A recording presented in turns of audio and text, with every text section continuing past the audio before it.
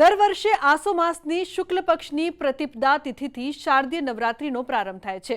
નવરાત્રિ દરમિયાન કેટલાક નિયમોનું પાલન કરવું જરૂરી છે। જો તમે ઈચ્છો છો કે કળશ સ્થાપનાના દિવસે તમારા ઘરમાં દેવી દુર્ગાનો વાસ હોય તો પહેલા કેટલીક બાબતોનું રાખો ધ્યાન કે જેથી માતા રાણીની રહેશે કૃપા। શાસ્ત્રોમાં ડુંગળી અને લસણને તામસિક કહેવામાં આવ્યું છે। એવું માનવામાં આવે છે કે નવરાત્રિ દરમિયાન ભક્તે ડુંગળી અને લસણ ન ખાવી જોઈએ। જો તમારા ઘરમાં ડુંગળી અને લસણ રાખવામાં આવ્યા હોય તો નવરાત્રિ શરૂ થાય તે પહેલા તેને કાઢી લો અથવા ગરીબોમાં વહેંચી દો। આપણે બધા દરરોજ પૂજા સમયે ભગવાનને ફૂલ ચડાવીએ છીએ। આ ફૂલ સુકાઈ જાય છે અને થોડા દિવસોમાં નકામું થઈ જાય છે। માનવામાં આવે છે કે નવરાત્રિ શરૂ થતા પહેલા આ ફૂલોને નદી કે તળાવમાં પધરાવી દેવા જોઈએ। શાસ્ત્રો કહે છે કે ઘરમાં સૂકા ફૂલ રાખવા શુભ નથી।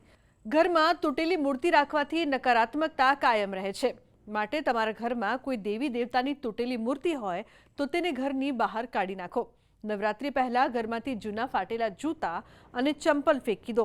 જો તમારા ઘરમાં ફાટેલા અને જૂના ચંપલ અને ચપ્પલ હોય તો પૂજાનું ફળ નહીં મળે। અશ્વિન માસ એટલે કહેવાય કે આસો મહિનાના પ્રથમ પહેલા દિવસથી નવરાત્રિનો આરંભ થશે અને માતાજીને પ્રસન્ન કરવા હોય, સ્થાપના કરવી હોય તો કઈ વાતનું ધ્યાન રાખવું જોઈએ। સર્વપ્રથમ તો તામસિક આહારનો ત્યાગ કરવો જોઈએ। ડુંગળી, લસણ ઇત્યાદિ ખોરાક ન ખાવો જોઈએ। આગળ વાત કરવામાં આવે તો પુષ્પ જો સૂકા હોય, તોરણ જો સૂકું થઈ ગયું હોય તો એને એક પવિત્ર સ્થાન ઉપર મૂકીને એને છોડવું જોઈએ। આગળ વાત કરવામાં આવે તો આપણા ઘરમાં ખંડિત મૂર્તિઓ હોય છે, ખંડિત વસ્તુઓ હોય છે।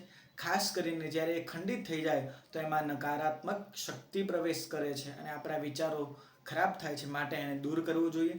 આગળ આપણા જૂતા, ચપ્પલ ઇત્યાદિ ફાટી ગયા હોય, તૂટી ગયા હોય તો એને પણ ક્યાંક સરસ જગ્યાએ ફેંકી દેવા જોઈએ, જેથી કરી અને માતાજીની સાધનાનો આપણને વિશેષ કરીને અનુરૂપ ફળ પ્રાપ્ત થાય। તો આજના અમારા આ અહેવાલમાં બસ આટલું। ફરી મળીશું એક નવી અને મહત્વપૂર્ણ જાણકારીની સાથે, પરંતુ આ વિડીયોને આપ ખાસ લાઈક કરજો અને શેર પણ કરજો। નમસ્કાર। દર વર્ષે આસો માસની શુક્લ પક્ષની પ્રતિપદા તિથિથી શારદીય નવરાત્રિનો પ્રારંભ થાય છે। નવરાત્રિ દરમિયાન કેટલાક નિયમોનું પાલન કરવું જરૂરી છે। જો તમે ઈચ્છો છો કે કળશ સ્થાપનાના દિવસે તમારા ઘરમાં દેવી દુર્ગાનો વાસ હોય તો પહેલા કેટલીક બાબતોનું રાખો ધ્યાન કે જેથી માતા રાણીની રહેશે કૃપા। શાસ્ત્રોમાં ડુંગળી અને લસણને તામસિક કહેવામાં આવ્યું છે। એવું માનવામાં આવે છે કે નવરાત્રિ દરમિયાન ભક્તે ડુંગળી અને લસણ ન ખાવી જોઈએ। જો તમારા ઘરમાં ડુંગળી અને લસણ રાખવામાં આવ્યા હોય તો નવરાત્રિ શરૂ થાય તે પહેલા તેને કાઢી લો અથવા ગરીબોમાં વહેંચી દો।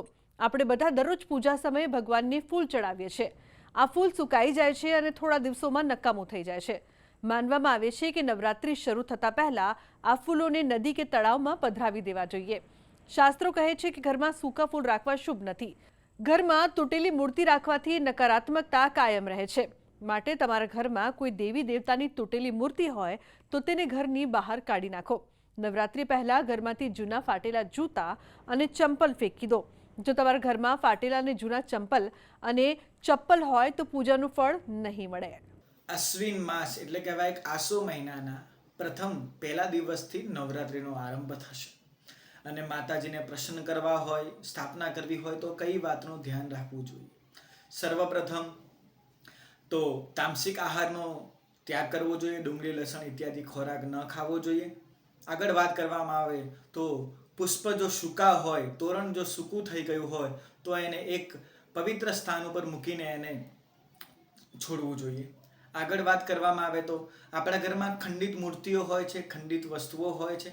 ખાસ કરીને જ્યારે એ ખંડિત થઈ જાય તો એમાં નકારાત્મક શક્તિ પ્રવેશ કરે છે અને આપણા વિચારો ખરાબ થાય છે, માટે એને દૂર કરવું જોઈએ। આગળ આપણા જૂતા, ચપ્પલ ઇત્યાદિ ફાટી ગયા હોય, તૂટી ગયા હોય તો એને પણ ક્યાંક સરસ જગ્યાએ ફેંકી દેવા જોઈએ, જેથી કરી અને માતાજીની સાધનાનો આપણને વિશેષ કરીને અનુરૂપ ફળ પ્રાપ્ત થાય। તો આજના અમારા આ અહેવાલમાં બસ આટલું। ફરી મળીશું એક નવી અને મહત્વપૂર્ણ જાણકારીની સાથે, પરંતુ આ વિડીયોને આપ ખાસ લાઈક કરજો અને શેર પણ કરજો। નમસ્કાર।